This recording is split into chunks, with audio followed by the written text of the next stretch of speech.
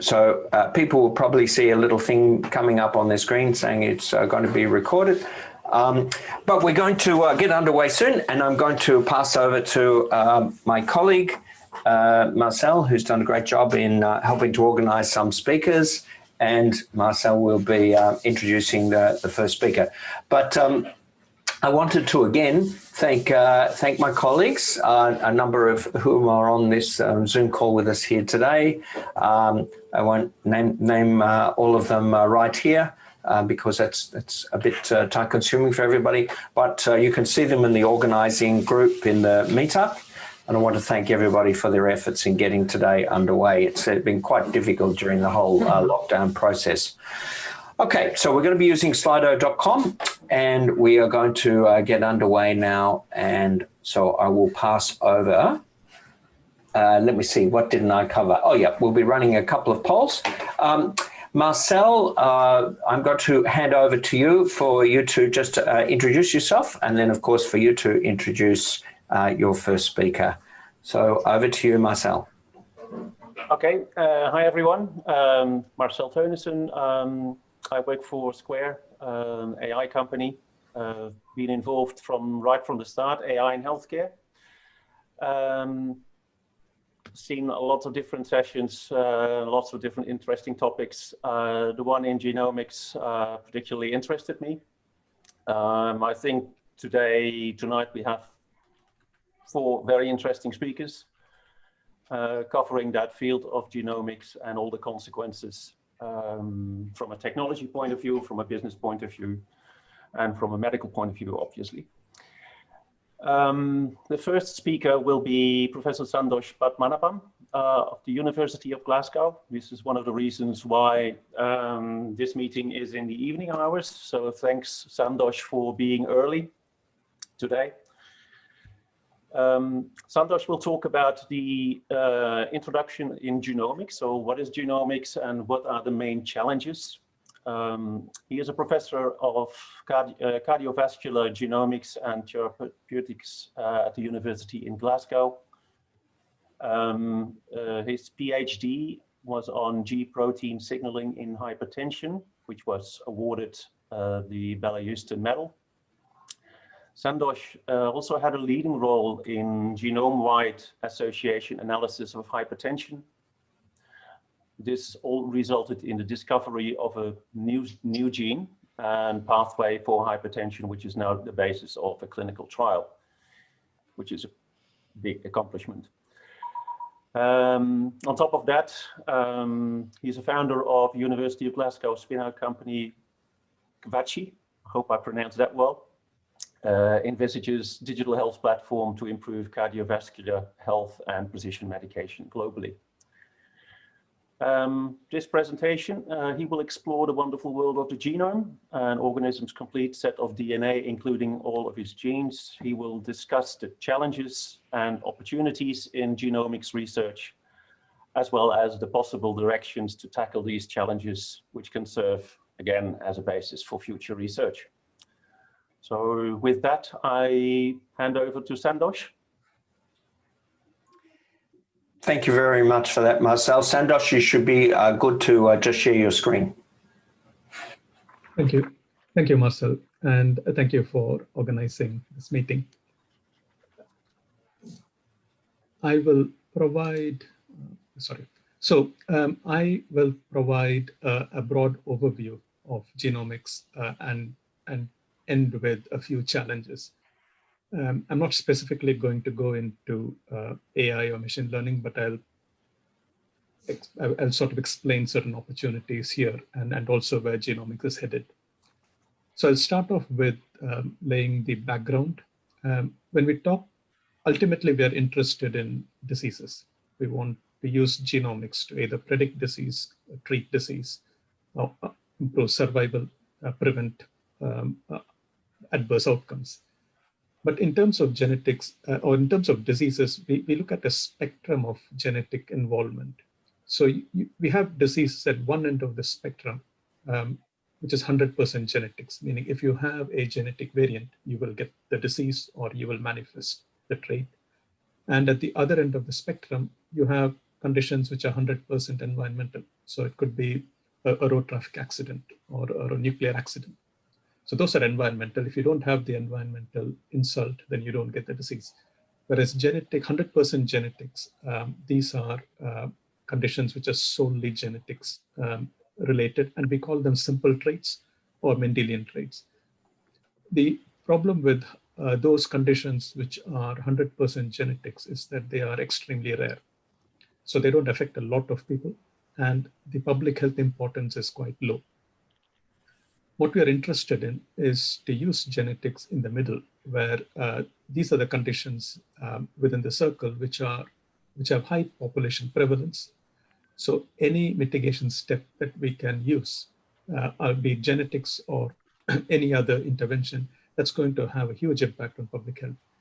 And as you can see here, we call them complex disease because these diseases are not solely due to genetics and not solely due to environmental factors. They are due to a mixture of them. So what is genomics? When we have a very simplistic view of genetics, which is genetics is DNA coded within our 23 pairs of chromosomes. If you dissect that out, you get 2 strands of DNA, one from the father, one from the mother, and each strand has got about 3 billion letters or nucleotides. So these are the 4-letter alphabet that forms the DNA of each individual. So 3 billion letters in one strand from one parent and 3 billion from the other strand. Within this length of DNA, we have about 20,000 genes. It's not a lot. So which means majority of our DNA are non-coding. They don't produce genes. We think previously we thought they were junk DNA, meaning that they were just vestiges from evolutionary past. But now we think they contain a lot of regulatory elements which regulate the function of these genes. So going back to common simple disease and complex disease, I mentioned we have diseases which are very rare and they are single gene diseases. And if you look at your genetic makeup, those disorders are due to a large effect of one single gene or a single mutation. And this is the top panel is the prevalence. So the prevalence is very low in the population. On the other extreme, you've got diseases which are highly prevalent or conditions which are highly prevalent. For example, obesity, which is not a disease, but it's a condition. They are polygenic. We call them polygenic, we call them complex traits, and they are due to a multitude of genes or variants. And what's important here is the contribution of each of these variants is small. And it's the net effect of hundreds or perhaps thousands of these variants with environmental factors that lead to this disease. So the challenge is to now try and find a way to dissect all these variants and relate them to a common disease. So the original concept of one disease, one gene, one disease, that is the old dogma, wherein we assume that there is one variant which ultimately leads to a disease through disruption of function of the gene and the protein. And this has been very successful because we have used this model to diagnose or to identify monogenic conditions. These are conditions due to a single gene, and extremely successful. And that sort of is the example that we want to translate to common diseases. As Marcel mentioned, my background is in hypertension genetics, so some of my examples would be based on hypertension, which is a very common condition, one of the most common conditions in the world and the biggest contributor to global mortality. And also it's one of the most complex diseases to study. And whatever I say here is related to other diseases like heart attacks, diabetes. It's just a manner of scale. So this is a graphical representation of the genome. You've got 23 chromosomes. I've just mapped the monogenic syndromes that cause high or low blood pressure. And there are a few of them, about 25 to 30. And I've mapped them to different locations on the genome. So not a lot. They're rare conditions, but they have a huge impact on our understanding of the disease. But for common diseases, as I mentioned, we're thinking about hundreds of variants contributing to the final disease phenotype, which means we need to screen the entire genome. And now we have gene chips, through which we can genotype 500,000 to 1 million variations per individual. So let's say we take 500,000, we do what's called a genome-wide association study. So these are hypothesis generating study where we don't look for, we don't have a hypothesis. We don't fix on any gene. We scan the entire genome and find where the signal is. So this is the technique we used for a lot of common diseases. And this is an example for blood pressure. And they've just populated about 1,600 single nucleotide variations that have been robustly associated with blood pressure. So that is a lot, 1,600 SNPs. Each one is a genetic variant, and these are independent variants. So there's a property within the genome where bits of your genome gets transmitted through generations without change. But these are independent variants, and all these variants are associated with blood pressure. So, so this is sort of giving you a broad overview of the background and what are the challenges remaining. The first challenge I would say is when we do sequencing, when we do genotyping, or when people build a gene chip for genome-wide studies, we need a reference genome. And it's been quite successful. We've been quite successful using it, what we have now. But we need to understand that the reference genome is not complete. There are certain areas in the genome which we can't dissect. More importantly, it does not represent one single individual. And there is this huge understanding nowadays and recognition that currently, when we talk about genomics, there is an element of disenfranchisement of communities who are not European or American. And the reason is most of the investment in genomic studies have been among European ancestry populations. People are now recognizing that that's going to be a problem in the future. And there are huge global initiatives to start genotyping and getting information from other populations. And we need reference genomes for other populations. Secondly, I'd say the future of genomics may be less about generation of new data than more about how we explore it. Technology has progressed enormously over the last 2 decades. We are now able to sequence an individual's genome with less than 1,000 pounds or less than $1,000. So the problem now is not generating data. It's cheap. The problem is not about generating population level data. It's possible. And we've shown that it's possible. The challenge is to analyze data. As I mentioned with blood pressure, we have 1,600 plus SNPs, single nucleotide polymorphism, that we now need to translate into function.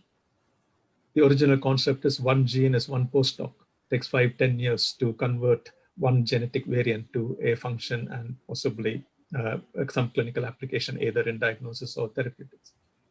That won't work. For the amount of data we are generating, we need to find a way to analyze or dissect these signals at scale.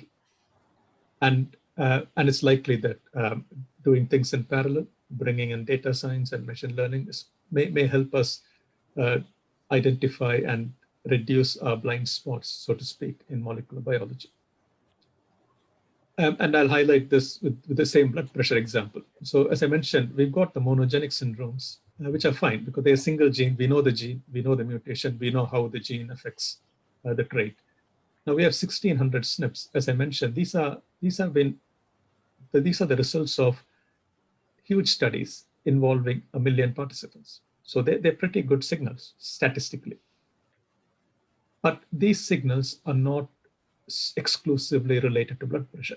The surrounding histogram you see is the histogram for each of the SNPs. And the height of the histogram tells you how many other non-blood pressure traits that signal is also associated with. And this is what we call pleiotropy, meaning one gene or one genetic variant can influence multiple traits. And we call it pervasive pleiotropy because across the genome, every single variant that we find to be significantly associated with blood pressure is also associated with other traits. And I've given you a sampling of important traits that coexist with these blood pressure traits. So adiposity, body mass index, birth weight, activity, fitness, education, mental health, alcohol, smoking. All these can cause heart attacks and strokes. They are risk factors for high blood pressure. So it's not clear whether the pathway from the genetic variant to the blood pressure phenotype, is that through these pleiotropic traits, or is it a direct function, or is it that that particular gene has got two independent actions on two different traits, or three different traits? We don't know that. And this is just to say that there's huge overlap. It's not that they are just connected to different traits, they're also interconnected. So if you look at a BMI, height, weight, adiposity, all I've put under anthropometric. There are, out of the 1,600, 883 SNPs have some relationship with anthropometric traits, and some of them overlap with hematologic traits, lung traits, biochemical traits, cancer.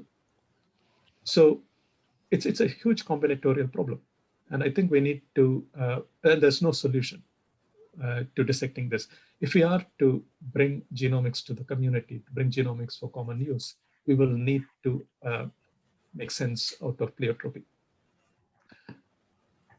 The other challenge is more analytical, and I'll leave it to the other speakers to discuss this further. But simply speaking, when you increase the resolution in genomics, i.e. you're getting more populations, as I mentioned before, more populations are bringing in more genomes and more variable genomes into the pot. We are getting sequential data, temporal and spatial.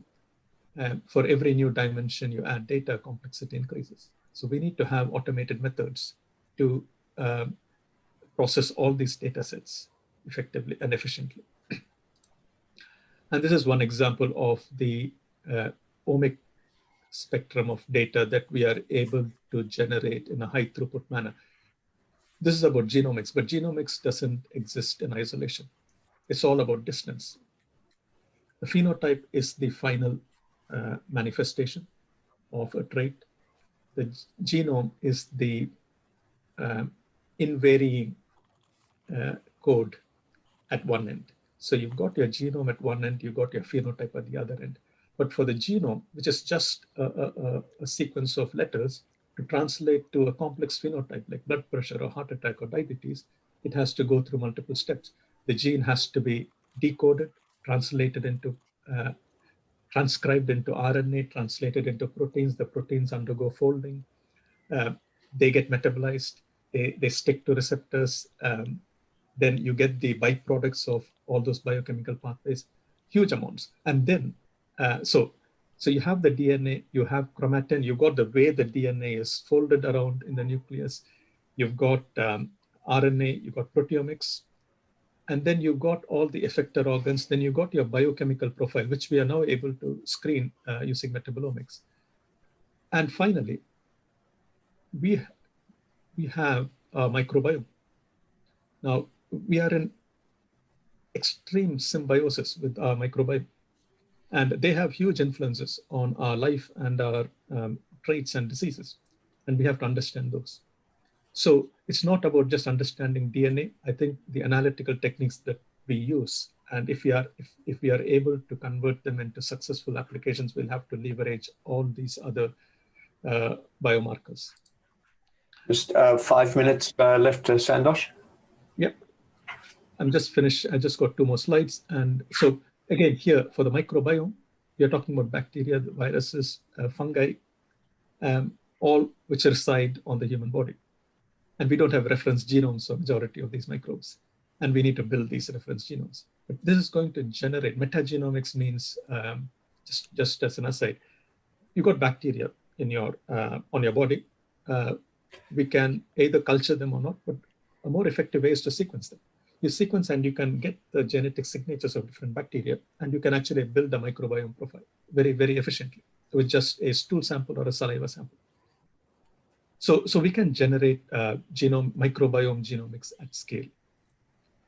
And the last challenge is clinical implementation. We've generated, we almost 20 years from decoding the human genome. We haven't really translated those in. We made huge advances in understanding, a lot of understanding of how the genome works. We haven't translated that into clinical applications. To give you an example, there are over 290 drugs that have genetic information contained in their FDA approved label. but we don't use, these are FDA approved, these are highly significant association, genomic signals for drug response or side effects. We don't use them because it's expensive. We don't have the pathway from screening to implementation. So we don't use it. It's only for certain conditions we use, and in certain ancestries we use because of huge adverse reaction risk. So this is a nice paper I would recommend all of you read, that's published last month in Nature.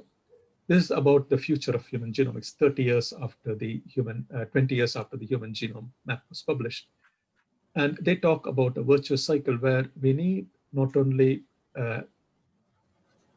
basic genome research, we also need implementation side, and that's through a genomic learning healthcare system. And this is where I think this talk is sitting very, very well with, is that we need both the analysts and the healthcare, the clinicians, the analysts, the data scientists, machine learning experts, and the geneticists, they'll have to feed in an iterative manner, both into the basic genomic research and into the genomic learning healthcare system.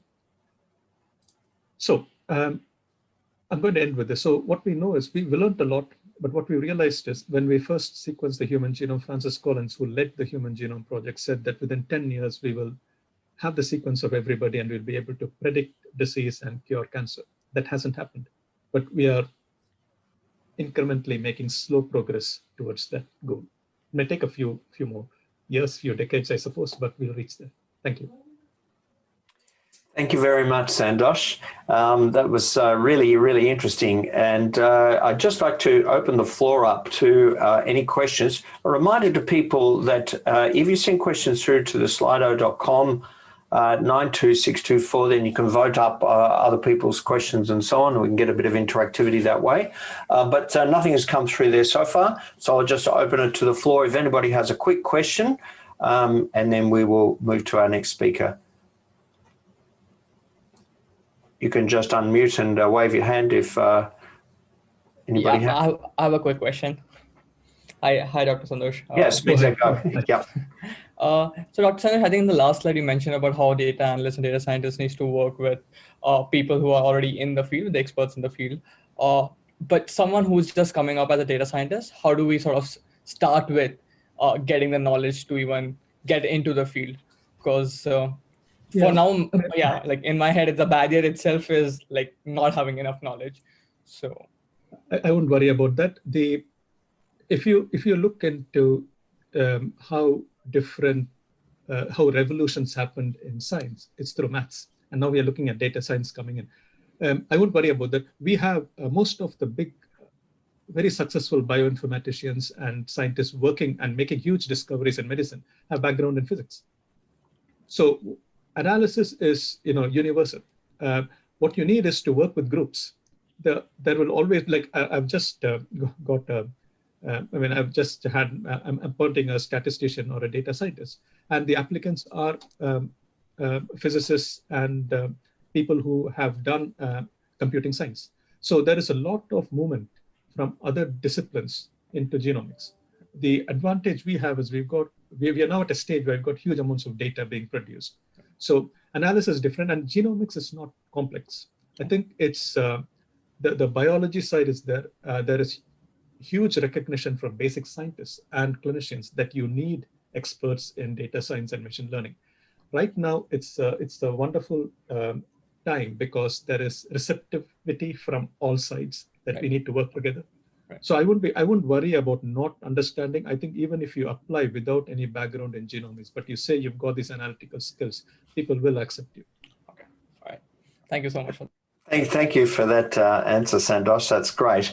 I'm going to now ask Marcel to introduce our next speaker. Just a reminder to folks, we'll have time at the end for some fairly expansive Q&A as well. But thank you very much for that presentation, Sandosh, and for your expertise. Over to you, Marcel. Okay. And I will just share the screen. Sorry, my apologies. Okay. Yeah, like Sandosh mentioned, the problem is not to generate data. The main problem is like how to work the data in an efficient way and in a way that we don't have to wait 2.5 years for one result to come up. This is one of the topics, or the main topic, I may say, of Denis Bauer, the challenges in processing big genomic data. Denis is CSIRO's principal research scientist in transformational bioinformatics. During her career, she developed open source machine learning cloud services that accelerate disease research. Currently, that platform is used by 10,000 plus researchers annually. And she's an international recognized expert in machine learning and cloud-based computing, or cloud-based genomics, I should say. In her talk, Denis will illustrate and discuss the enormous amounts of data that are involved in genomics, like mentioned by Sandosh as well.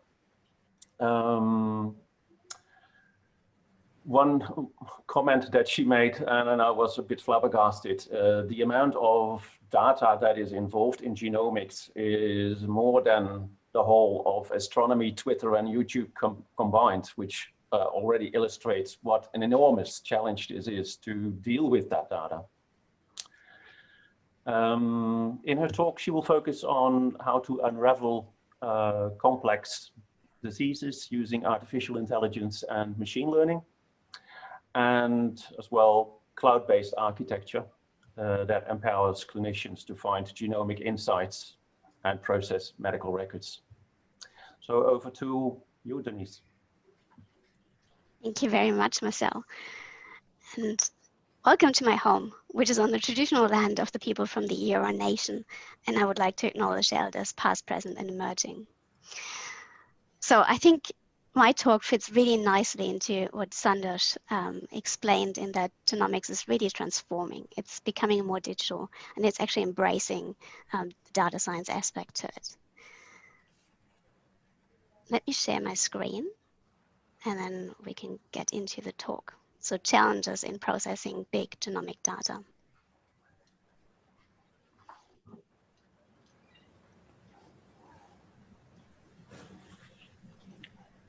Yep, that's coming up okay. Excellent. I do have problems on my end. There you go. Okay. Good. So this is the opening statement that Marcel was saying, that genomic data is really coming in hot and fast. By 2025, Frost and Sullivan estimated that 50% of the world's population will have been sequenced, and that will generate more data than YouTube, astronomy, and Twitter combined. So I think as genomic researchers, we are going to be thrust at the forefront of big genomic or big data analysis to begin with. And on one hand, this is really exciting, because I think for the first time, we're going to have the kind of data, the volumes of data that we need in order to understand something as complex as the human genome. But on the other hand, it's scary because we don't have the technology really that is ready for that. But making the technology ready is what the eHealth Research Centre is doing. So the eHealth Research Centre is a research program within CSIRO, which is Australia's national science agency. It is worldwide quite unique in covering this full value chain from basic science all the way up to bringing the technology into the clinical practice. And I think genomics is actually spanning this full boundary from basic science to insights that are then delivered into clinical practice. And one of the consortia that really tries to accelerate this is the Project MIND, which looks into the genetic origin of ALS, which is a disease, the motor neuron disease that Stephen Hawking had. And that disease, on average, leads to death within 2 years of diagnosis. So clearly, accelerating the insights that we have from the genome in order to find new diagnostics and treatment is absolutely crucial. So this consortium really tries to push the boundary on multiple areas. One is unprecedented scale. So 22 whole genome sequences will be generated, I think, by the end of next year. And they're already up to 18,000, I think. it is groundbreaking research. So along the line, they have, or along the way, they have already identified a couple of novel disease genes, and one of them is the kinesin family member A6, which is an interesting protein to look out for. And all of this, of course, is or requires that new technology is going to be used. In our case, that means cloud technology. But let's step back a little bit and look at what kind of, or how disease research is actually done, or disease genes are found. And Sandosh already summarized that very well, but let me reiterate that again. So here, every line represents a genome from an individual. Each mutation in there is a unique difference between one person and the next. On average, there are 2 million differences between people. Then people are recruited that have the disease, that are the cases, and control samples that are healthy individuals. And traditionally, it is looking at each position in the genome and seeing whether there is a mutation or a genetic loci that is enriched in the people, in the cases, compared to the controls. Now, this kind of analysis is straightforward, but it gets complicated when you go to the scale of what Project Mine is going to look into, or when you even go larger to population scale, so whole populations of a country scale analyses. So, and that is because you have 22,000 whole genomes, on average 2 million differences between individuals, so that averages out at 80 million differences in total over this whole population. So 80 million times 22,000 samples is 1.7 trillion data points. And doing any kind of analysis on those volumes of data is difficult. Now, luckily, there's a new computational paradigm that has come along. And let me walk you through that. So we're all familiar with desktop compute, which is basically small-scale data analysis, which is the laptop or the compute that is on your desk. It has a processing unit, CPU, and on there are a couple of processing nodes. The next step up from that is high-performance compute clusters, which have multiple of those nodes and purpose-built nodes that might have more CPUs, so more processing entities within one node. But the problem here is that it's typically developed for compute-intensive tasks, so things that can be neatly separated into individual boxes and computed separately. But the genome does not work that way. So for the genome, you typically need to have more information from other locations that inform the decision you're making on a particular location, which means you ideally need to load the whole genome into memory, into the node, in order to make those assessments. But that is not possible with the traditional approaches because the node has a certain boundary and you would exceed that boundary with your 80 million features. So therefore, data-intensive tasks need to be processed with distributed computing, which Apache Spark is one implementation of it. You can basically think of dissolving the boundaries between compute nodes so that the CPUs are accessible directly. And it does that by having a clever implementation on the framework. So we're using Apache Spark, this novel distributed computing, in order to process those volumes of data. For example, the tool that is developed for the genomic space is called HAIL. It was developed by MIT Broad Institute and basically does standard association study except for large cohorts. The problem, though, with that, as Sandosh alluded to, is that the traditional idea that one location translates to one disease is outdated. And in fact, the idea that individual locations might additively influence the genotype, I would argue, is outdated as well, because it comes back to that each gene, if you want, is working in isolation and is exacerbating the risk. Whereas in reality, I would argue that it's a more complex, nuanced approach where you might have made a driver, but you do have modulating factors that convey resilience or convey exacerbation or increase the risk. So therefore, rather than having one driver and a small additive effects, you might have complex multiplicative or XOR effects that could influence or could describe the phenotype in much more detail than previously thought. So therefore, looking into complex epistatus interactions is, I think, an area that we need to look into. Traditionally, this has been difficult because we didn't have the data and we did not have the compute power. Now, both has changed, and I think it's high time to actually look into that. So therefore, updating my standard approach of finding the enrichment in the genome, here finding the interactions in the genome that describe the phenotype, and this is using machine learning, specifically random forests. And the technology that we developed is called variance spark. It's the same concept that you have control, case and control study analysis, but this time you're using the information from the whole genome in order to find sets of genes that are working complexly together in order to inform the genotype, the phenotype. So variance spark is the first technology to actually be able to bring machine learning to 1 trillion data points, or random forest to 1 trillion data points. It is 3.6 times faster on current data sets, but scaling to tomorrow's data sets, where you have 1 trillion data points, variance spark can process that data in 15 hours, whereas traditional approaches that are implemented by Google and Yahoo, they would take 100,000 years in order to process those kind of data.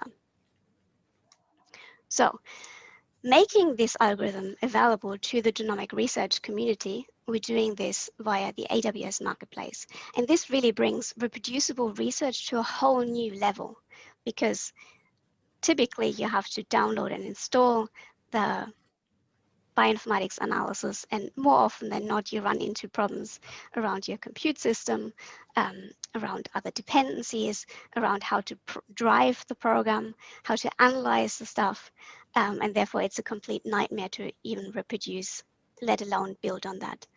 Therefore, this approach here, where you can basically replicate the whole environment and put it in your account, is going to, in my mind, solve that problem dramatically. So think of the marketplace like the app store for your mobile phone, except for compute resources, or for cluster resources. Therefore, your data never leaves your account. The analysis is run by you, and you don't have to share the results with anyone except your collaborators. So therefore, variance spark really is privacy preserving and made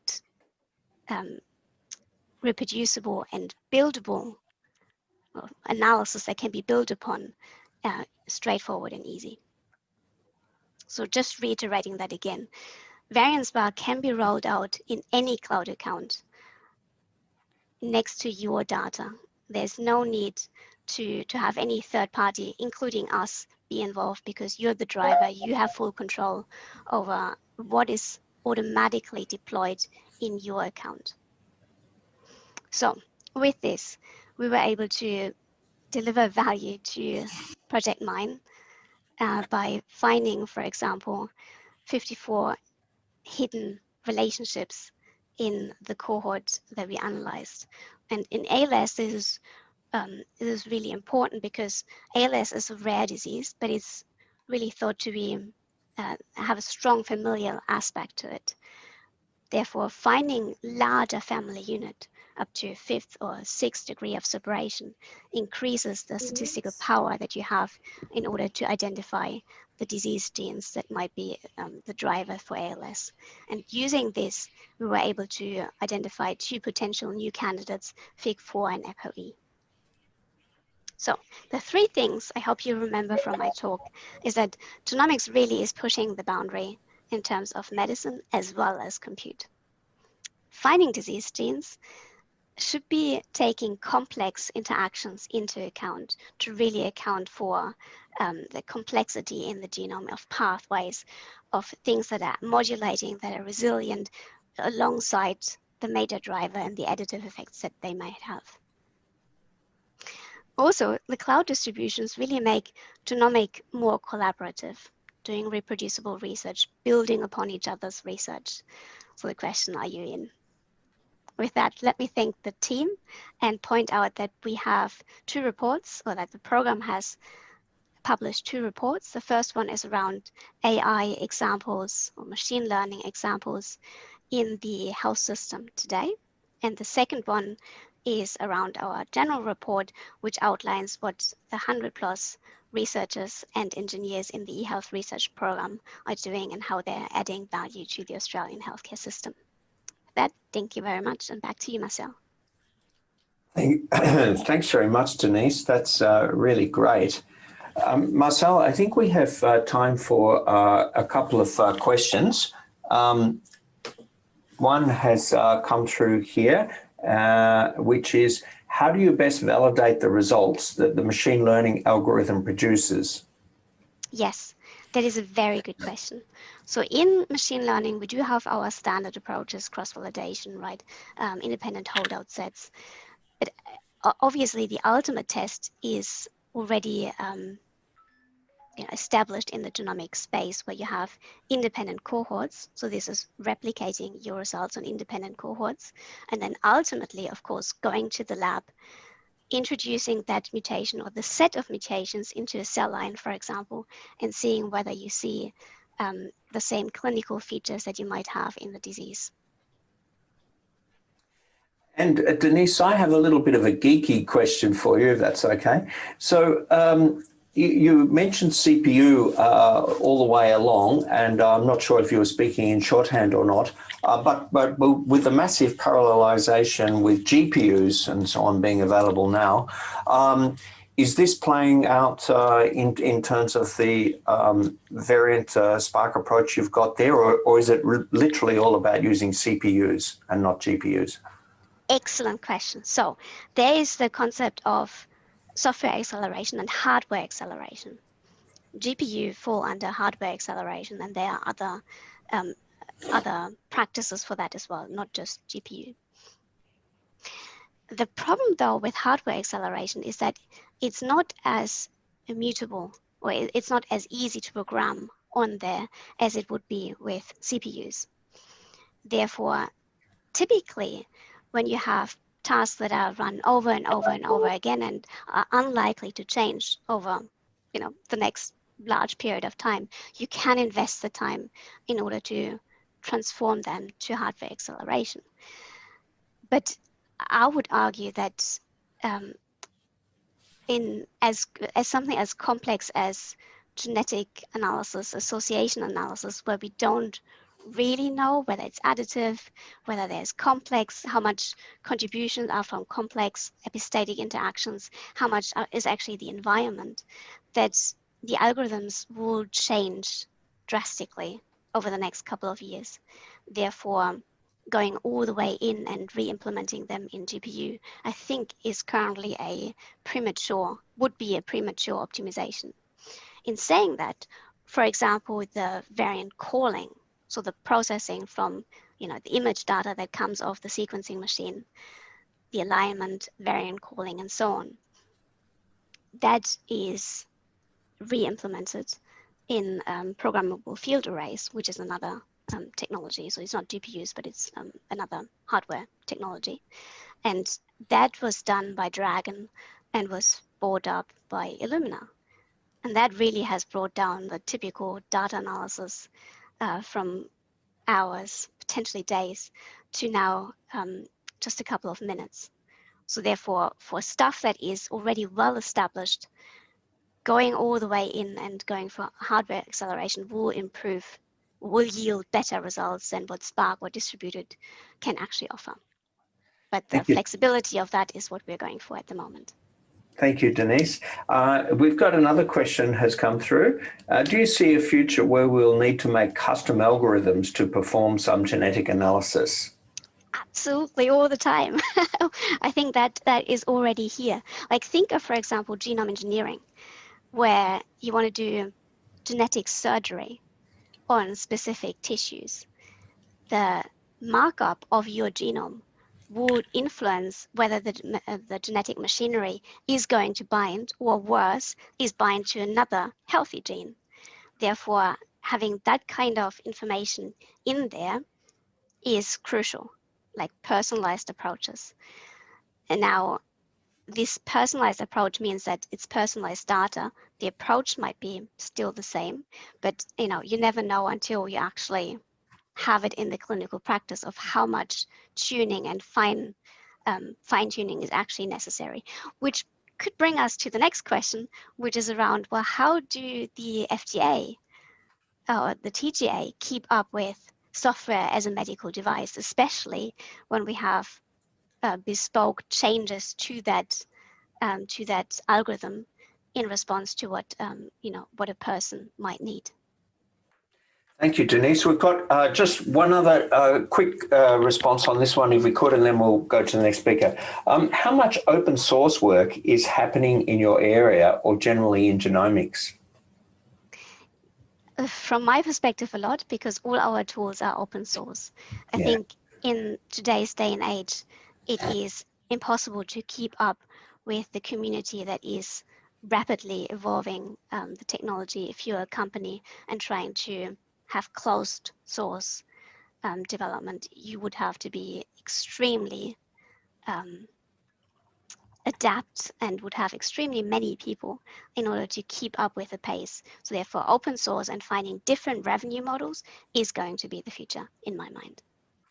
Thank you, Denise. Well, that was a really wonderful run through. I'm sure everybody appreciated that. I'm going to pass over to Marcel now to introduce our third speaker. Thank you again, Denise. Over to you, Marcel. Thank you.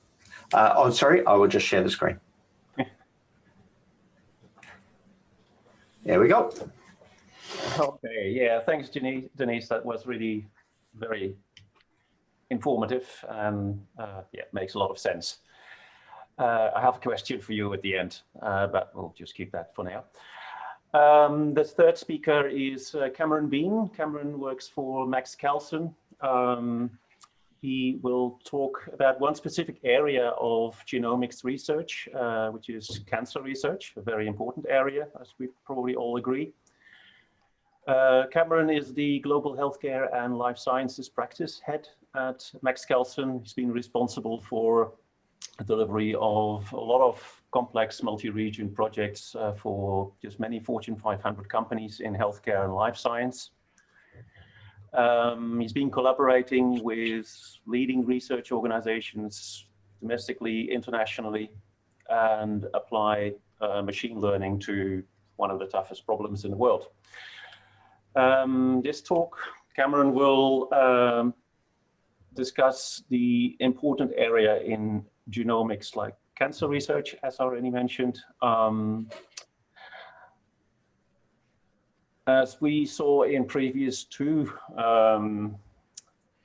presentations, a single, just talking about big numbers, a single whole genome amounts to almost 300 gigabytes plus probably.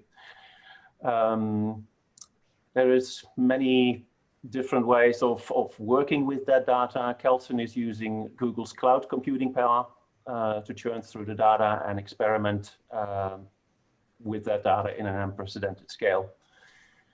Looking at the team at Max Kelsen, they combine the power of cutting-edge machine learning techniques and genomics to advance in the field of precision healthcare and predicting the effectiveness of cancer treatments based on the patient's genetic makeup. So with that, I'll just hand it over to Cameron. Fantastic. Thanks so much, Marcel. Just checking that my microphone is okay. Yeah, all good. Perfect. Look, I think you did an incredible job, Marcel, given the limited amount of information I provided you there for an intro. So definitely appreciate that. First of all, congratulations to everyone again for the 1-year anniversary of the AI and Healthcare meetup down in Melbourne.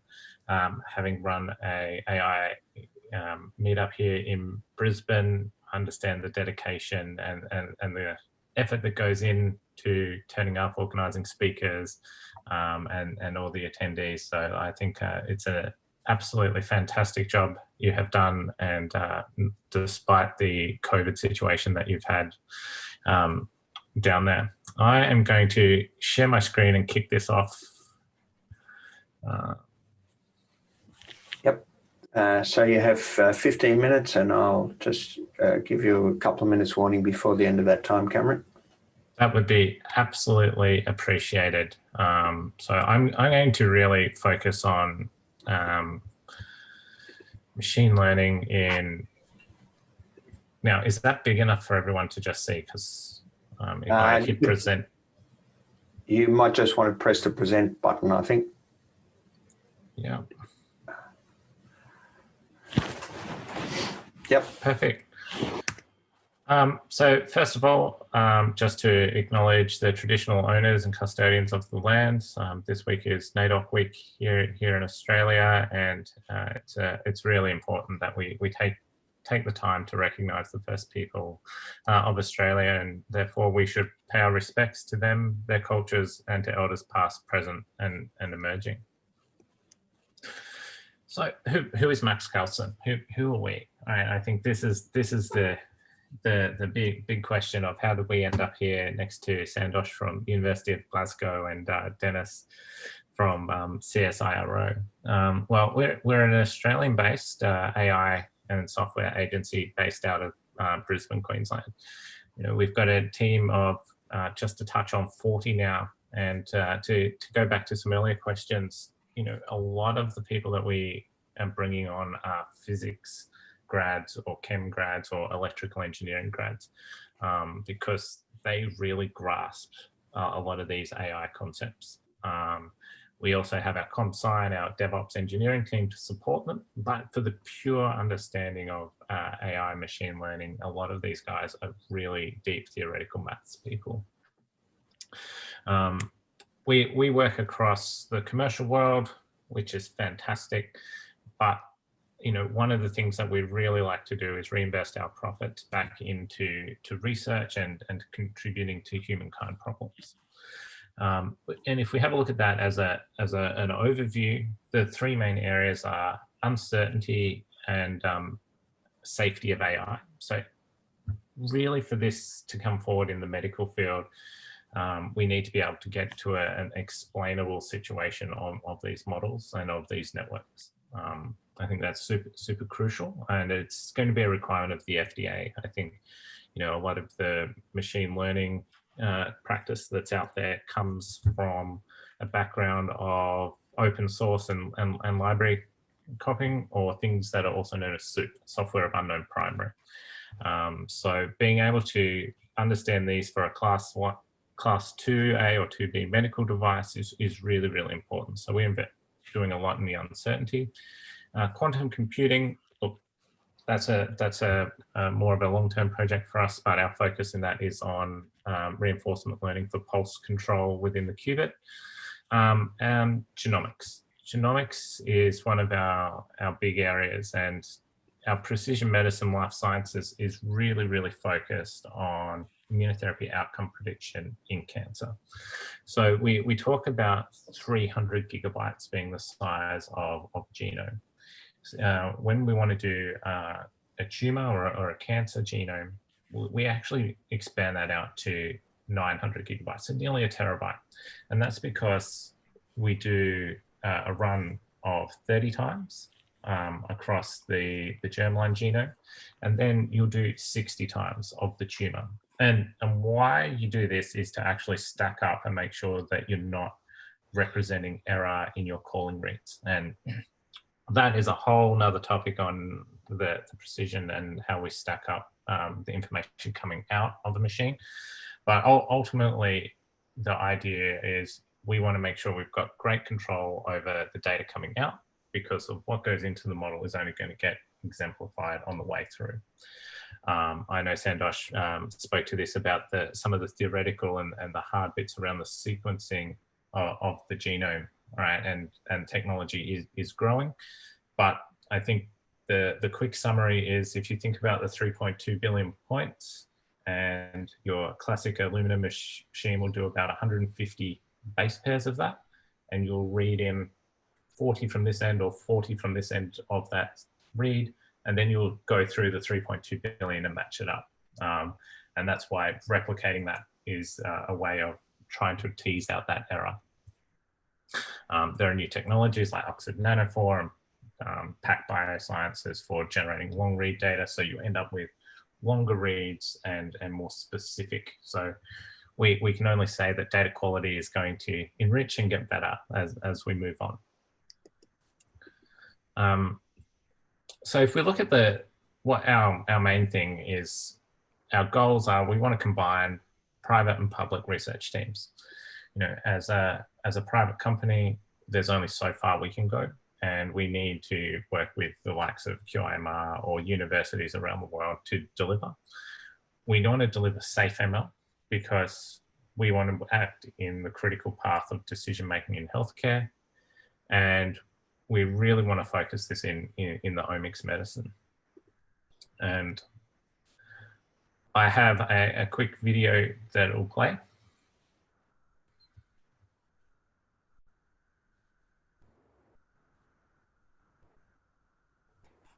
We're not hearing the sound. You may just need to activate audio when you share the screen. Let me put pause on that then. Yeah, I think you'll have to stop sharing and then reshare again and tick the box for sharing your audio.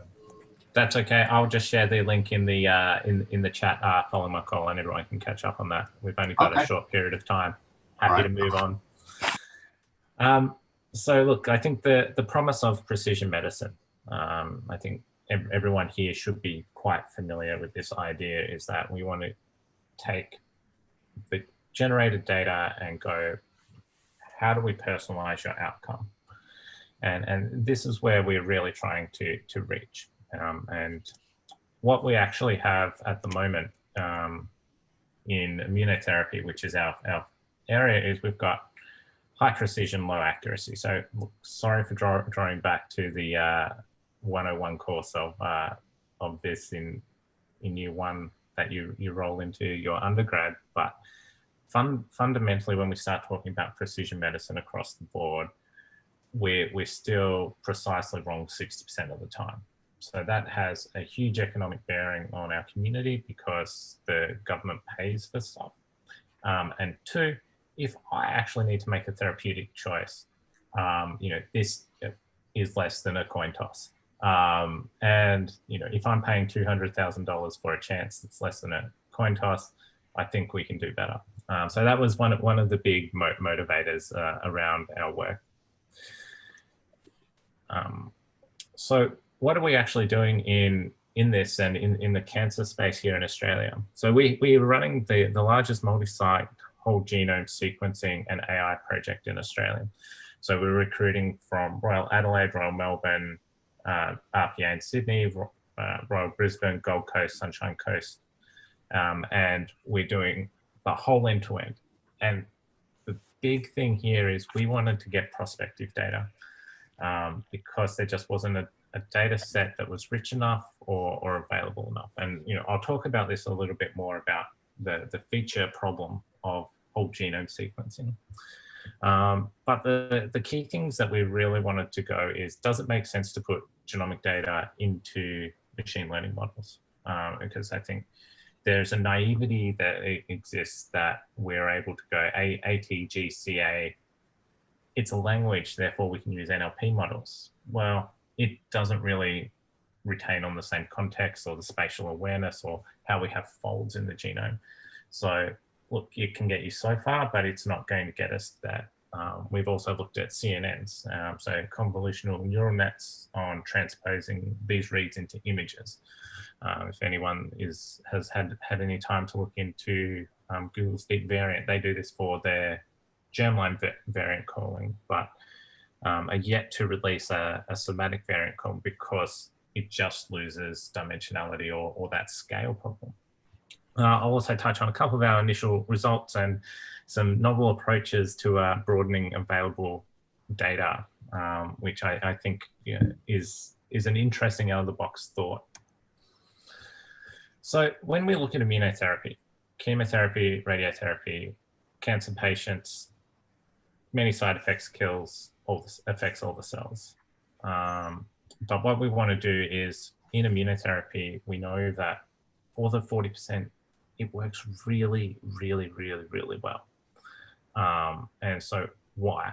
And why does that exist? And that was the holy grail of the question we wanted to answer. And it comes down to simply we predicting responders and non-responders.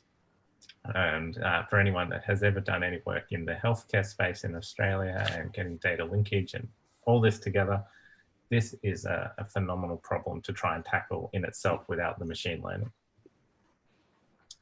So why whole genome? And we talk about the hotspots or variants and all these other bits, but what you lose is contextual information between the variants or those genes. And if we look at the whole exome, which is the coding area of a genome, that's representative of about 1–2%. So we're still missing 99% of the information that's out there. And we know that there has to be something in the non-coding areas of the genome. And so we take very much a systems thinking or approach to this. And because we're going whole genome, we're able to grab many more features, which we can contribute back. But that has its own problems in sample size to feature ratio. So huge problem. And so we look at different ways of encoding or representing this or feature reduction. 5 more minutes, Cameron. Perfect. Traditional stats work really, really well with these smaller numbers, but when we start getting bigger patterns, we really need to start leveraging on some of these methods. And yet we won't know that they won't be clinically accepted unless you use explainability techniques to do this. So that was all really good. So I really want to dive into a little bit of the detail and park the hype train at Real World Station for this one. Because what we learned is that not all genomic data is made equal. People will call it differently. People will do it because it is so bespoke. There's not a standard across genomics. Very, very crucial to understand this when you're starting to do this at a batch level. The data you can access is hard to find. And the access you get is not always shared in full. So you don't always get the phenotypical data. You don't always get all the data. And there are many underlying reasons around this, from privacy to how do I make sure I retain relevance and can compete for my next grant. So there are always confounding factors across this. And as I discussed, feature ratio is well outside. How do we do this with limited data? We went and got our own. It was just the only feasible thing we could do, but it takes time. So during that, we wanted to build the principles and validate the techniques early, and the work needed to be explainable. So when we started to look at this, the premise is that all cancer sites or all cancer samples are independent and identically distributed.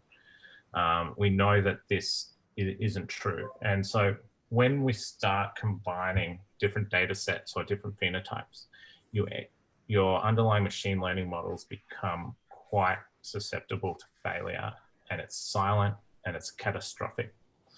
And just quickly to illustrate this, so we took a subset of cancer of unknown primary set, and we labeled it up against plot A, and it clusters all together here, as you can see. However, we took a Bayesian model approach to how do we recover this assumption that it's actually inside the dish and it's new, and we can actually see that the cancer of unknown primary is actually plot back onto known clusters. This has significant impact, and the paper's under review at the moment in Nature for this, because what it really illustrated was that we were able to tease out the cancer primary site and not just the tissue of origin where it was sampled. So where are we continuing? Data sharing platform, super important. So we're going to be sharing our data and doing that with our collaborators. We're continuing our prospective sampling, and we're going to continue to publish. But I just wanted to quickly point out a couple of novel techniques that we've also applied along how do we recover more genomic data from thinking differently. Very much like as technology progresses in mining, you're able to go back and recirculate old tailings out of waste and still get economic grade. So what we were able to do is nearly double the amount of genome-wide associated significant loci in glaucoma by going back and applying machine learning to reclassify and validate images in the UK Biobank and the Canadian Biobank for glaucoma and put a visual disk size. Whilst this was about classifying glaucoma, it was also about how do we generate another 100,000 known labels with associated genome genetic information. So I just wanted to really start calling out that there are other ways to use AI to come back to genomics in healthcare. It may not actually be looking at genomics itself. And we also did something similar with QSkin here in Queensland, where we went through pathology reports and then reclassified 90,000 and built the world's largest non-melanoma skin cancer database, which can then be used in the genetics again. And so these are just a couple of novel examples I wanted to share with everyone on where you can go and find genomic data and amplify what you have without actually doing genomic data. So that's just a quick overview, and I know no time is short. So if anyone has some questions, I would love to answer them. Yes, we'll hold over the questions till after the next speaker though, Cameron, if that's okay, because we're running exactly to the next speaker now. So thank you very much for that. Very, very informative. And we do have a couple of questions that I will I'll put later. But it's my pleasure now to introduce our next speaker. And it is someone I've known for, I forget how many years now, Dave, but probably 15 years or so. I'd like to introduce you to David Bunker. I've never known David to ever not be wearing a black shirt. I don't know what shirt he's going to be wearing tonight, but Dave has the hallmark of his particular black shirt, and he's very much anything but a black thinker. He is very innovative in his thinking. He comes from a track record, a pedigree in the industry that goes back to original Sun days, actually Sun Software days. So fantastic pedigree. Dave's a lovely man, and I think there's a couple of things that Dave will give an announcement on. I would suspect that that he's heading up an organisation that I'm sure he'll talk to fairly recently. But look, David has worked in the forefront of the health system in digitisation and innovation. We met together in the National eHealth Transition Authority back in the day. Dave's currently leading Queensland's Health Research Translation Centre and the Queensland Government's Genomics Accelerator Program. And he's going to talk to us about the future of AI and genomics. Take it away, Dave. Thank you, Paul. That was lovely. Yeah, look, let's get that announcement out just at the beginning, just to let people know that the industry group within Australia have come together and formed INGENA, I-N-G-E-N-A. And that organisation, or that set of organisations, have come together to, I guess, really make sure that there is a strong voice for the role industry plays. I think the presentation from Cameron has been a really good example of organisations in the private sector that have been bridging over into public and into research and getting a lot of value in that. And I think it's essential that the industry has a voice. For me, it's a sign of a sort of a leading indicator, if you like, of the mainstreaming of genomics into healthcare, that industry is seeking a voice. And I think the thing that's really refreshing about INGENA is that they recognise that there are many voices, and what they're looking to do is work with those other groups. And there's a very strong focus around community and the like. So I've got, I guess, the envious role maybe of the inaugural independent chair of that group, and so I'm looking to help them to get themselves established, and we'll see where we go from there. So I got to make that announcement yesterday in the Australian Institute of Digital Health, the Institute's summit. I was doing a presentation earlier in the day about precision health and where it's going. So I'm going to have a crack at the future. And I want to say right now, I am not an expert in genomics. I wouldn't consider myself an expert in AI. I go back a long way in the computer industry, and I spent a lot of time in high performance computing. So I've also spent a number of years very closely associated working with people who are genuine experts in genomics. A number on the call, and had the pleasure of working with Denis in the past as well. I'm a pretty good sponge, and I've got enough brains to kind of follow along vaguely. But I guess, as Paul said, my experience is in how the health system translates and how it moves forward. And with that in mind, I'll get my presentation going. Now, here we go. I'll just make sure, I'll go into presentation mode and just make sure it stays with the screen. So I just wanted to quick check you are seeing my full screen. That's all good, Dave. All good. Thank you. Okay, so I also want to acknowledge and pay respects to elders, laws, customs and creation spirits for Aboriginal and Torres Strait Island people. I'll also acknowledge anyone on the call this evening and just congratulate you on your ongoing work in terms of representing this very important community for Australia. So I guess in terms of thinking about, the future of AI and genomics, it's really important to understand that the future is very much rooted in the present. And so trying to understand and sort of frame this presentation, what we have to understand is how the health system works and how a medical research system works in Australia. And so these systems, because it isn't a single sector or industry, these systems are both belong to a sort of a, if you're thinking complex systems, are what we might call complex adaptive systems. They're non-linear and dynamic. They're composed of different actors. The actors' goals and behaviours likely conflict, and adaptation tends to come from self-learning. So anyone who's been around health and medical research for a while understands the complexity of the system and that there are many challenges along the way.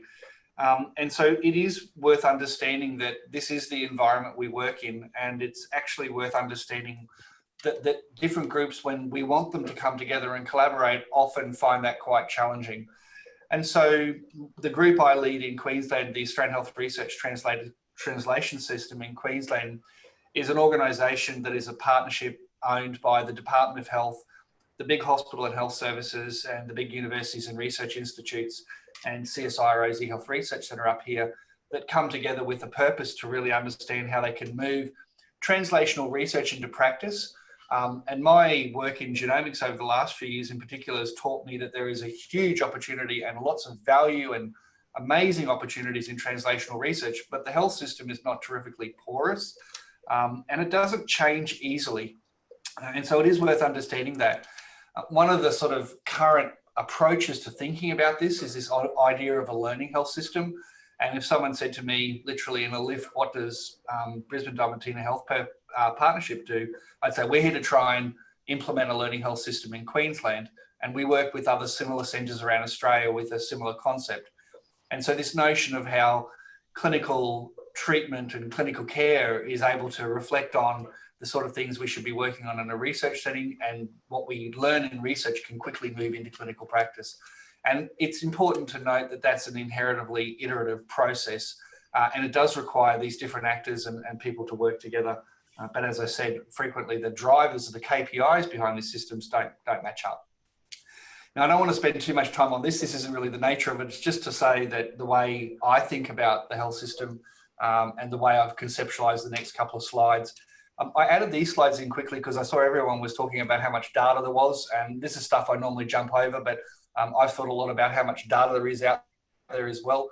In 2018, globally, we created around about 33 zettabytes of information in 1 year. If we think of how much of that was health data, and this is really important because the data, and as Cam said, the data quality, and as our other speakers, Denis said, what you can do with that data is really important if you can get at it and it has good quality and we understand it. So it becomes a question of value. The health system alone globally produced about 4.4 zettabytes in 2015 and apparently 44 zettabytes this year. I wonder if COVID will probably have skewed that stat, but we'll see how we go. I guess the notion here is just to outline that that's a significant increase, tenfold increase. And if you were to convert that into thinking about how you actually lay that down on, you know, good old trusty DVDs, it's about 880 billion of them. But just to show you how complex we are as creatures, that's about 97 grams of DNA if you do the maths. So you could hold all of that in one hand. I guess the other part of this is to understand what's happening with genomics and the mainstreaming of genomics. So another useful way of understanding is where whole genome sequencing has been done, or where genome sequencing has been done. Back in 2012, 1% of it was, you know, basically done in sort of healthcare. The vast majority was done in research. In 2018, 20% of all the human genome sequencing was done in healthcare and 80% was in research. Now, we're right in the middle of this 4-year span through to 2022, where the prediction is that 80% of all the genome sequencing will actually be done in healthcare. So this begs the question of how do we access that information and how can we actually do something meaningful with it? So others with a lot more expertise than me may have or will have already talked about this. And Cam, you were talking about convolutionary neural networks and this notion of imaging, so and how that works, and recurrent neural networks. And I've cited the papers I've used here, but I thought it was a good example of understanding the application of AI at a pretty primitive level. So for those like me who are on a learning curve, just to try and get an understanding of things like how looking at the chromosomes and looking at those maps versus looking at the inferences between exons and introns and understanding how that all works. I guess in terms of clinical diagnostics at the moment, what we're seeing a lot of is AI, you know, computer vision. We've seen a really marked increase in the use of AI in terms of looking at imaging. There's, you know, significant promise in that application for other modalities and diagnostic modalities. In clinical genomics, we're already seeing some, you know, deep learning algorithms being used to, you know, process this very large and complex genomics data sets. And the Max Kelsen example is a very good example of, you know, of exactly that. But we are very, very much at the infancy of this. And I think this is the challenge for the private sector. This is the challenge for private organizations of how they're going to be able to work in this space where we're still on a very steep learning curve. And when I say steep learning curve, and if you think of, I guess, my way of thinking about health is not just about the technology, not just about the clinical advancement, but the funding, the policy, the legislation, you know, the ability to link and get at data is still very complicated. And in Queensland alone, this is proving to be, you know, very difficult because the notion of consent is often conflicted when you look at the privacy legislation and the Public Health Act. So even the legislative framework in which we try to do things is complex in and of itself, let alone actually trying to apply these kinds of modern approaches. So I guess just generally speaking, thinking about AI, I really like the idea that algorithms are inspired by and mimic human intelligence and behavior. But it is also worth saying that, you know, we as human beings are imperfect creatures, and we're imperfect creatures that make mistakes. And I think the approach to quality and the approach to safety here is going to be really critical, and especially as we move through regulatory systems. And I'll sort of talk to that in my next few slides. So we know genomics data is really large. When I started running the Genomics Accelerator program here in Queensland, and our mission was to accelerate the adoption of genomics into everyday care, I realized very quickly that there are a lot of very difficult challenges to actually get genomics into clinical practice. And a lot of that is confounded by the development of evidence that actually supports decisions to fund genomic sequencing, and how do you deal with some really big complex issues around workforce. So the doctors that are trained in, they're coming out of the universities today, get a very, very, very small amount of information on this within the many, many hours that they do in their MBBSs. And if you go to the average GP that you're going to meet, on the weekend, if you've got a cold, they know almost nothing. So there's a really big challenge around a whole range of issues. And data is interesting and complex, but really, if we're going to understand the application of AI and an algorithm as a partner to a clinician in decision making, and we think about how we're going to apply genomics, we do have to factor in all these other issues. I think the other thing that we learned is that the genomics data needs to be really strongly connected to the phenotypical data. And so having a really big, massive, repository of, sequenced genomes, really pales into comparison, where you've got ability to connect that data to rich phenotypical data into integrated electronic medical records and the like. And I think that's going to be really, a strong point for us. So current applications for AI, obviously we're seeing these sorts of things in variant calling, genome annotation, variant classification, and phenotype to genotype correspondence. I think the point Cam was probably making towards the end of his talk was this notion of genotype to phenotype prediction as well. And that relationship is really, I guess, where there's a lot of very fruitful ground to be working with. I should say just at this point, one of the things that I've been working on over the last 12 months or so is the Commonwealth have a national genomics policy framework. And that laid out a set of really important implementation areas and focus areas. And one of them was around data. So back in 2018, I started, I guess, petitioning through the Queensland Health System, the Australian Health Ministers Advisory Council, to say, well, what are we going to do with all this data, and how are we going to, work on this, and how can we actually contemplate a system in the future where research and clinical practice is able to share information with the appropriate ethics. But at the moment, there's just a really significant challenge around the quality of the data and how it's structured and where it's stored. Denis's presentation about how you're being able to use cloud structures here is really important.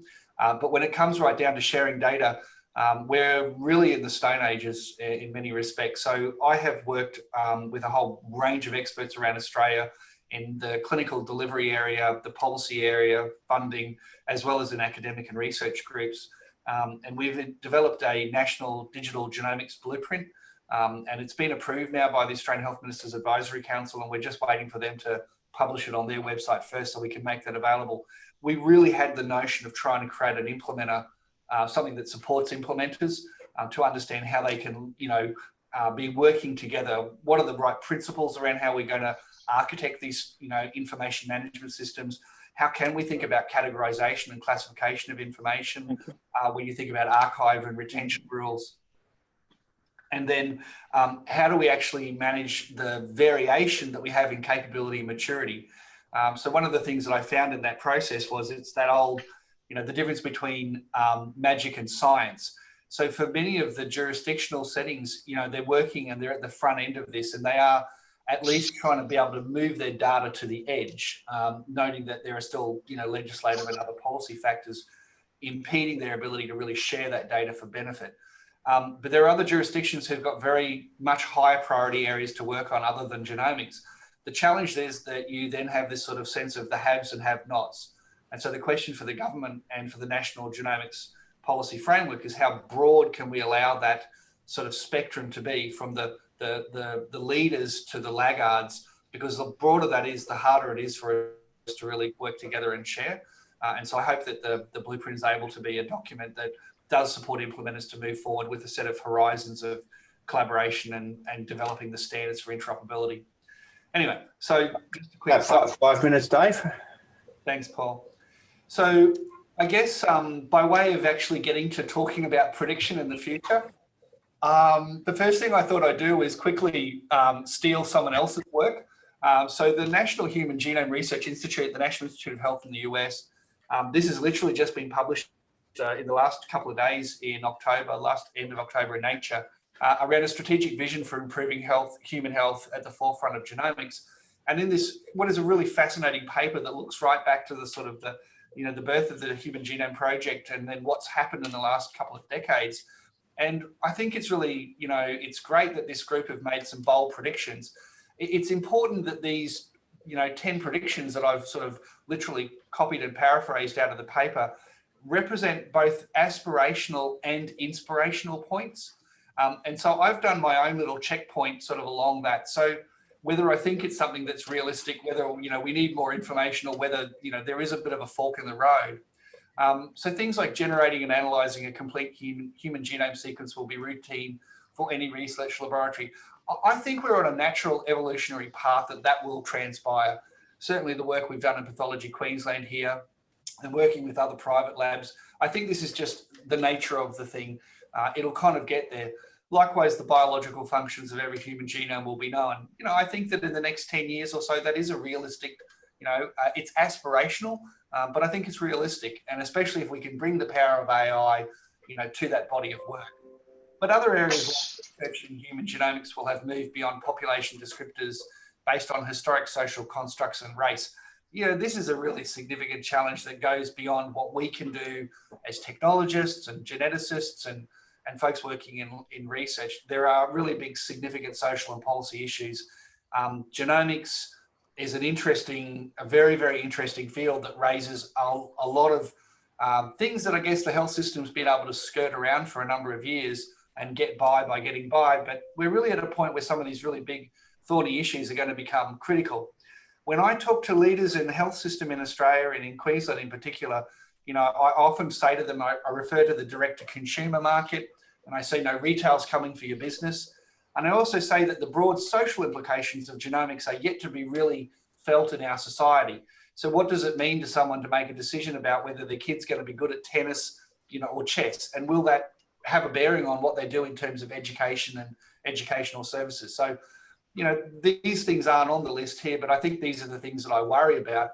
But what I say to the health system is, you've got a really important job right now to get your system together, get your act under control, so that when these big questions come up at a social level, health can be a real leader in that conversation.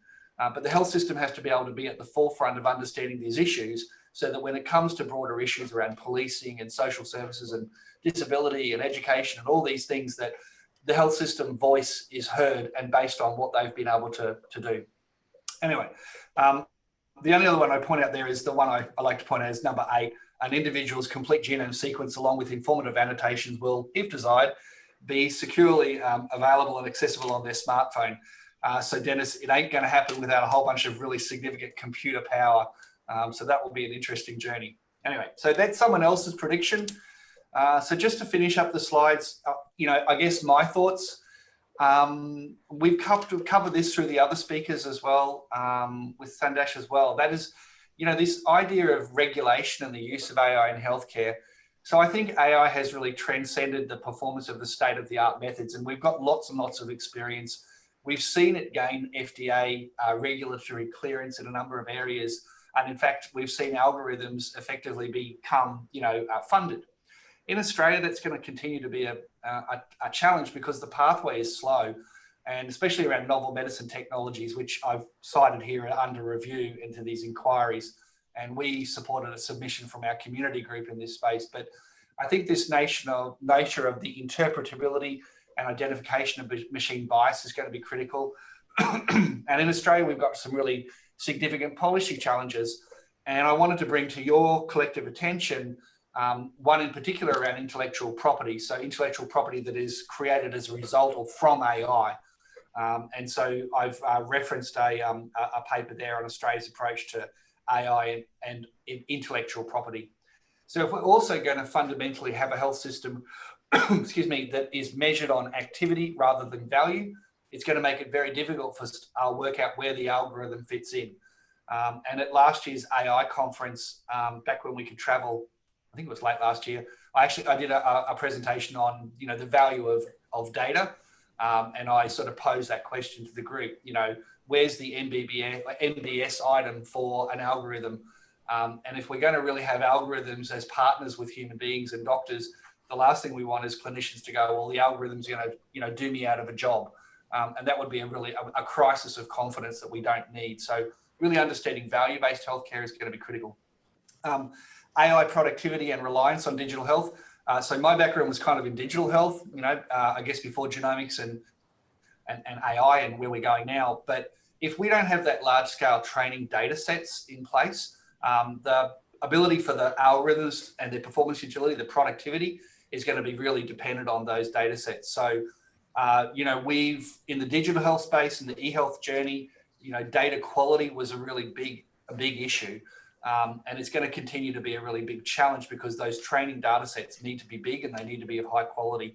And I think it should be a key requirement when we're starting to think about these large scale biobanking and data banking efforts and incorporating longitudinal value in terms of the collection.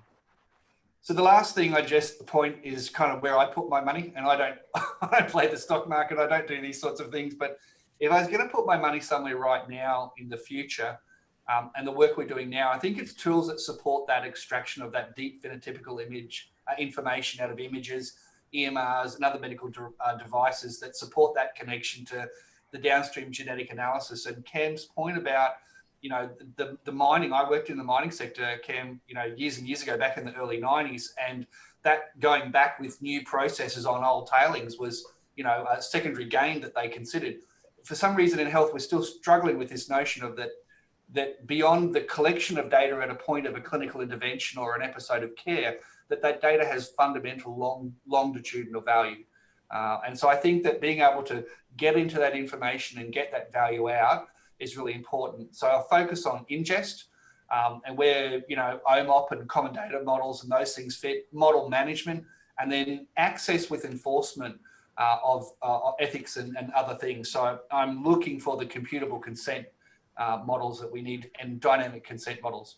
And then finally, tools that support inference from complex data in frequently recurring matters. I think these are the things that we're going to get strong clinical and economic evidence very quickly. And these sorts of things are what paves the way for, you know, I guess the risk tone to be turned down and the value tone to be turned up.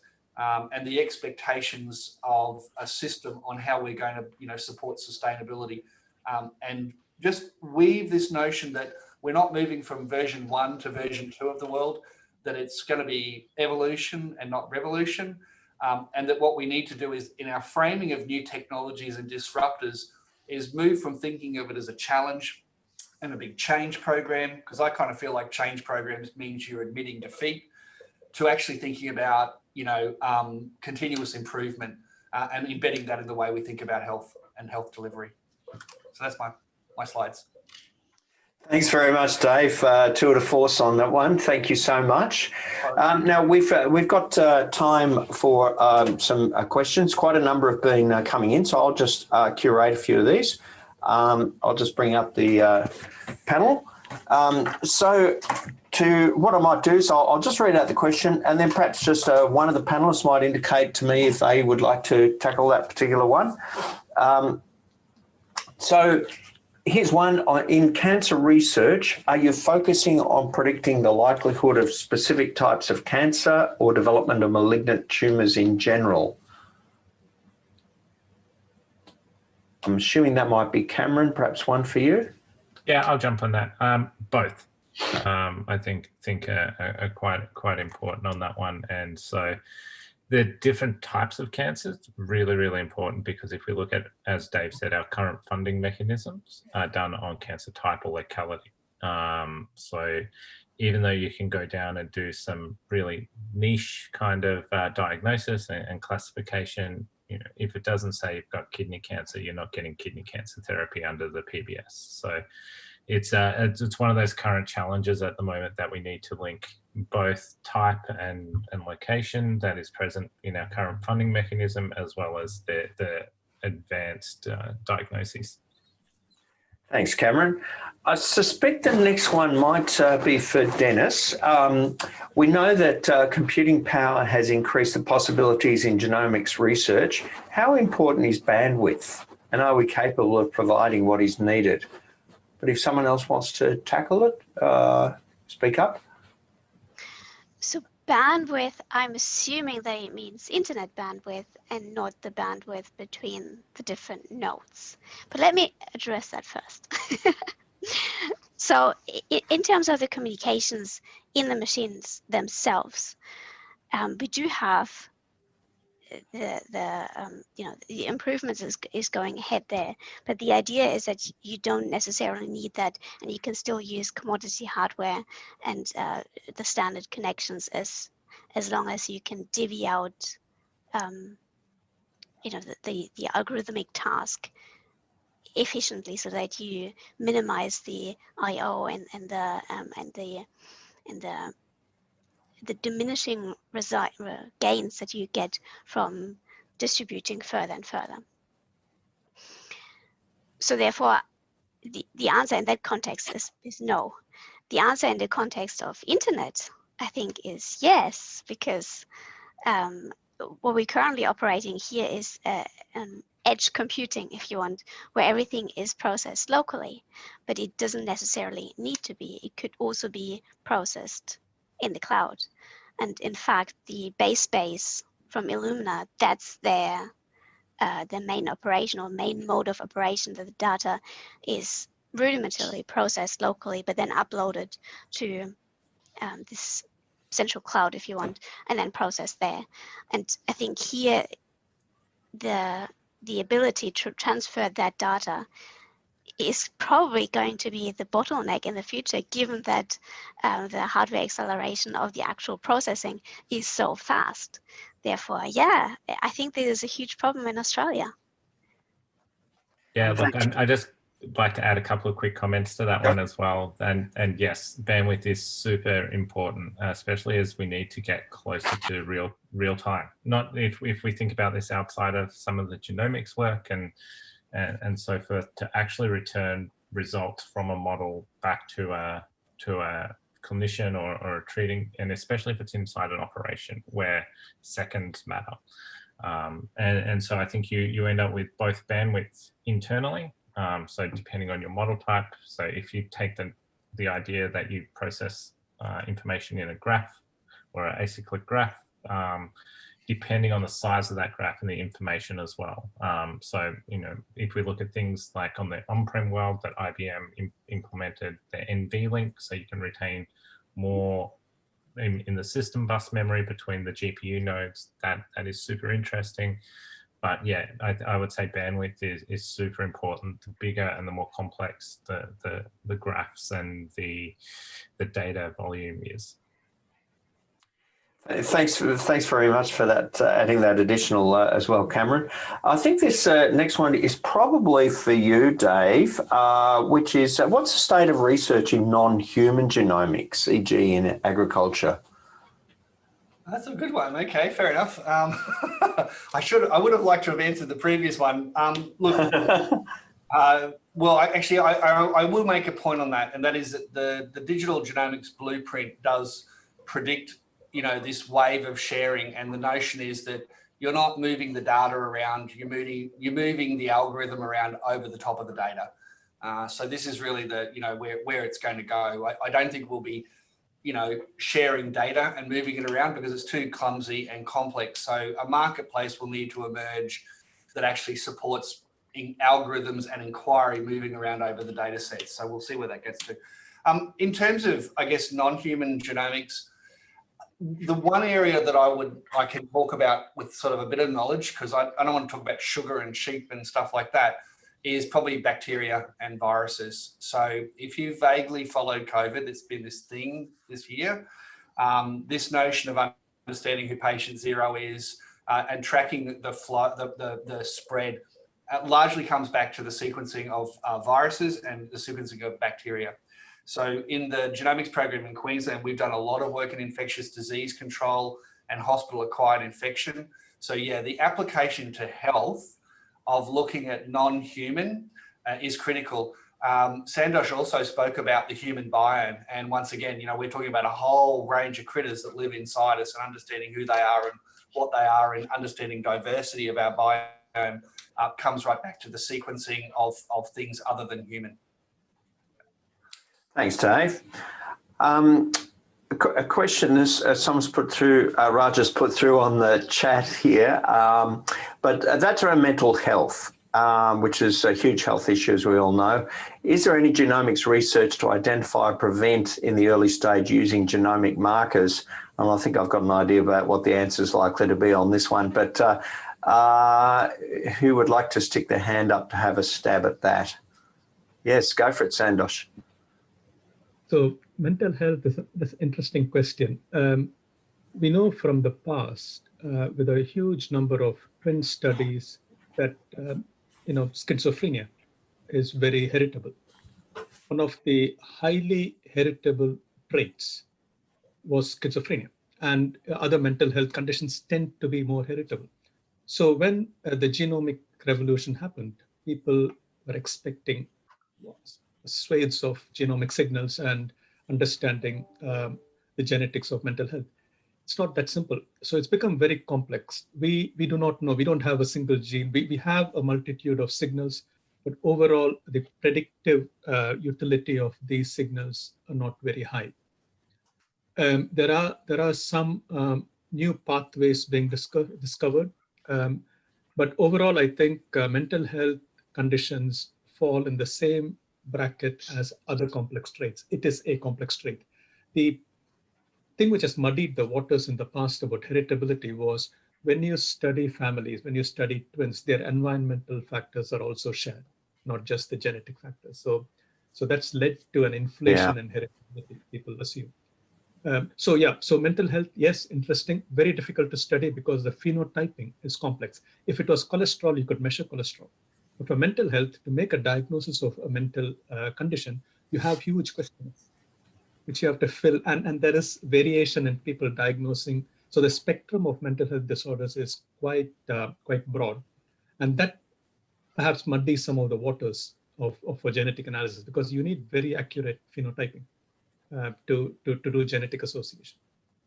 Thank you, Sandosh. That's a great comprehensive answer there. There's a specific question actually from Marcel on this one. Do we already have an answer regarding privacy of genomic data? I suspect that varies by country, but who'd like to put their hand up to tackle that one? Dave. Yeah, go for it, Dave. So the high level is, yeah, there's a lot of work around this. You know, when I started working in genomics, I'd come out of the digital health program, I thought I got back in the Wayback Machine, because it was conversations about sharing data across jurisdictional enterprise boundaries, these sorts of things. So privacy is a major concern. And obviously in the digital health program, you know, the work that was done there to develop healthcare identifiers, and also the My Health Record required changes to the privacy legislation. As I mentioned in my talk, one of the challenges for the implementation of genomics and doing this thing, getting access to data, is around consent. And consent is confounded by a variety of different definitions, including in our privacy legislation at both the federal and the state level. So there is a significant amount of work in the ethics, legal and social implications space in this area. I'd encourage you in the genomics area to look at the Australian Genomics Health Alliance, where there was a significant body of work. My program in Queensland did a fairly significant body of work in terms of looking at the legislation here, and privacy is obviously key.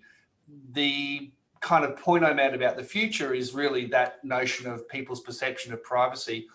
We did some interesting work with QIMR Berkhofer in the program here about understanding people's perception of who should access their data. And of course, you know, as you can imagine, overseas organizations were seen to be quite high risk from a privacy point of view. But there's a lot of trust in our research institutes and a lot of trust in our clinical workforce, even though people don't tend to trust the government and maybe not tend to trust private organizations. There is strong trust in our big institutions, I think, here. And so, you know, the short answer is there's a significant body of work around genomics and privacy, largely because of the hereditary linkage. This is really challenging the electronic medical record systems because they're all very patient-centric. But once you start linking patient data together in a familial or pedigree or across families, you do raise a whole range of very important privacy and ethical concerns. Thanks, Dave. I'm just going to pause for a moment. I've just pushed a poll out to folks, which you should see on Slido. And I'll just give people a moment to respond to this, which is asking a question about what you think from what you've heard or you understand, what do you think is the biggest opportunity for AI in genomics? So you can put some free text into this, and I'll just share the screen while that's coming up. Just give folks a few minutes, just a couple of minutes to put that in. And that might be very helpful for our presenters to get some views back, and also gives us some sort of takeouts, I think, for the session today. Improve the speed of both discovery and diagnostics. Yes, absolutely. That was me, Paul. Oh, okay. Well done, Dave. That's a good one. precision medicine, but bearing in mind what Cameron said about the difference between accuracy and precision. I really love that diagram. Thank you for sharing that one. I remember having long debates with people about the difference between precision and accuracy. And interesting, medicos really get that one wrong a lot, if I could say that. So apologies to all the medicos on this call here who I've just offended. Genomic risk prediction of diseases into the future, maybe lifetime risk models, 10-year risk models. Yeah, interesting. Any last ones before we just move back, and then I'll let the questions go for another minute. And treating diseases that are incurable right now. Thanks for that, folks. All right, well, that's a bit of fun on that. I shall just stop that poll. I will go back to the Q&A. We'll just perhaps take one or two more quick questions, and then I want to just close off by asking folks about what they might like to see at a next AI and healthcare meetup group. Okay, so another question that came through was around working in a small private genomics data company. What's it like? And I think that's something that you can answer very clearly, Cameron. So. Yeah, absolutely. It's super exciting. Not only do you get to set things at speed and scale and at a great cadence, you also are awarded the flexibility. I think one of the unique things about where we are is that we're able to work with Denis and David, we also then extend that. So, if we look at our scientific advisory board, we're working with people from the Broad and out of Google Brain, out of the US as well. So, we're in a very unique position that's super exciting, that we're on the cutting edge and can combine research with commercial. So, look, I would highly recommend it, and it doesn't have a whole layer of stuff that exists in the traditional research world. Thanks, Cameron. And just to let everyone know that Dave Bunker's shared a couple of links on the chat session here, which is much appreciated. And Cameron, if you wanted to share a link to that video as well, you can share that, that you didn't get to play. You could just share that in the chat before we close off. There was a last question here. I got a feeling you've been all covering this as you've gone through, but it's around discussing current status of genomic predictions of complex diseases and conditions and its future potential. I think that was sort of answered in the context of things like mental health and others. But is there any other specific comment anybody would like to make on the panel before we close that? I have one comment. Yes, Sandosh. When you look at genomic prediction, so these are from population studies, which means the risk estimates are population estimates, not individual level estimates. So converting a risk score, a genetic risk score, into an individual risk score is not right. Many of the companies like 23andMe, all that ran into trouble with the FDA because they were trying to predict genetic risk, convert genetic risk scores to individual prediction. The genetic prediction is good for monogenic conditions, but for polygenic traits, I think we are not there yet. Thank you, Sandosh. Now, before we close out, I just want to get your view on what you might like to see. I've just lost my slider. Here we go. I'm just going to share the screen again. If you could just give us your thoughts on what you might like to see at a future AI and healthcare meetup, that'd be very much appreciated. And just give people a moment or two just to enter in some thoughts there, which we'll consider as a leadership group. While we're doing that, I would like to thank the panelists very sincerely for giving up their time. They do this on a voluntary basis. In fact, the whole AI and healthcare meetup group is a self-organised group. And we've got 430 members at the moment since we started just a bit over a year ago. So we're pretty thrilled with that. And we've had a good deal of interest in tonight's event, which has been great as well. Marcel, I would like to call you out specifically as well for organising three of the speakers that we had here tonight, and in addition to liaising with all four of the speakers, so that's very much appreciated. And I'd like to give you specific acknowledgement and thanks for that. I would also like to thank my colleagues on the AI in Healthcare Meetup group. It's been great working with the team. We've been doing round robins with WhatsApp and so on to get all this happening. As you know, it does take a little bit of effort, but most particularly to the presenters, the panelists, and to the audience who attended here today.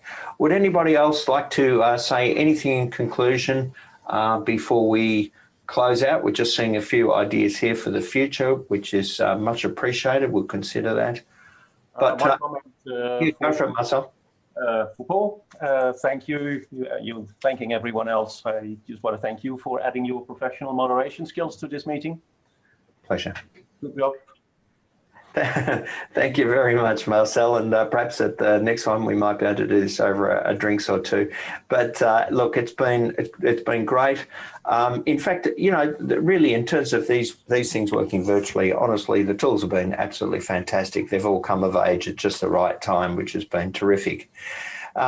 But we're seeing a few ideas here about pharmaceutical companies using AI for public health.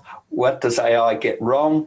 Dave, you put up, I think, a thing about, you know, one of the challenges about getting the learning happening out of the data sets in clinical sense. But of course, you've got to have unbiased data. So generating these really good learning data sets, I see, is one of the huge challenges.